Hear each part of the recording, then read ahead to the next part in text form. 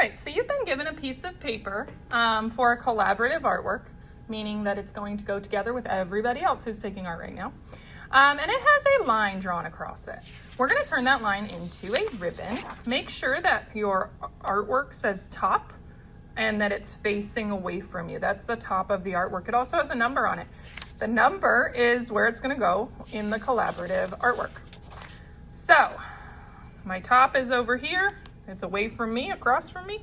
And we're going to turn this into a ribbon that is running continuously through the artwork. The idea of the artwork is that we are all connected, but we're all different at the same time. The ribbon is showing our connection, and then we'll talk about how we are going to make the unique parts of us in the artwork. First thing we're going to do is we are going to try to create this to look like a ribbon. So I'm just going to come, and from wherever the curve is, I'm going to create kind of an edge like this. Okay, you don't want to come in too far and you don't want to come out too far. It wants to come right off the edge so we can make it kind of 3D looking. Okay, anywhere there's a curve like this. And then what I'm going to do is I'm going to kind of follow this line. And it's going to get a little narrower because it's going to be making that turn, right? And then this one's going to come this way.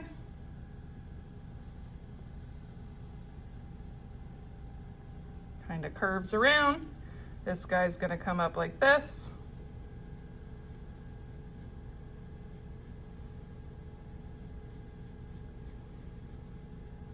And then this guy would be on this side, he'd be thicker, so he's going to look like, hang on, I got to fix that real quick. Got to drop a side down from here. And he is going to go off the page like this. Now, okay, I got to do this guy too. He's got to have a side over here. Now, because I'm doing piece number 1, I'm not connecting to anyone over here, but I will be connecting to someone over here. So whoever has piece 2, which should be somebody near you, okay, so you're looking for the person who has the number that's next to yours. You're going to line up their artwork next to yours. So see how this line connects? Make sure that as you guys are working, the next person kind of marks where their ribbon has to go for the ribbon to look continuous. Okay, and if you're having trouble connecting, make sure you don't draw anything until you've gotten with the person to make that little bit of a mark. So if you go to the people next to you, you may have someone on each side. Just put that next to each other and make sure that when it's done, it's going to look connected. Okay? All right. The next thing we're going to do is we're going to shade the ribbon, in the color of our house. Meaning ruby, onyx, sapphire, and aquamarine are our house colors. So I am a ruby, and I am going to come in. I want to edit this a bit because it looks a little funky right here. We're going to use colored pencil to shade these.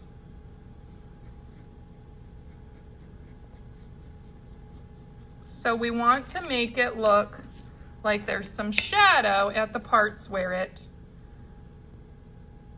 is curving. So I'm going to take this and I'm going to kind of start from this little crease here.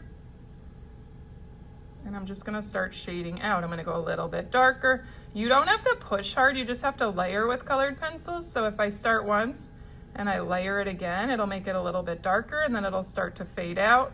And then I'm just going to kind of color with my curve.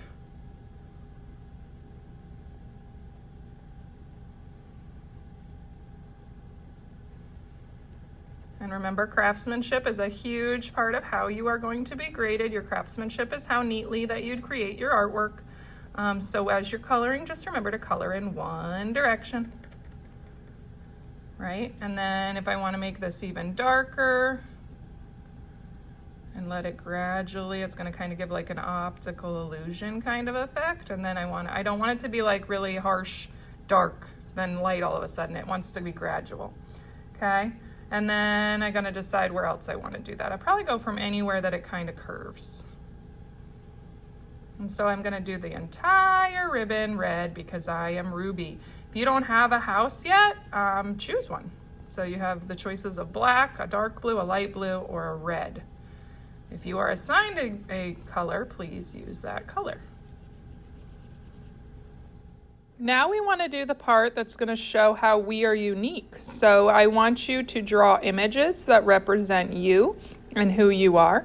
And we're going to use only the school colors to color in our images. I would highly suggest outlining and using both fine point and ultra fine point Sharpies to outline your work. Make sure you're cleaning up your pencil.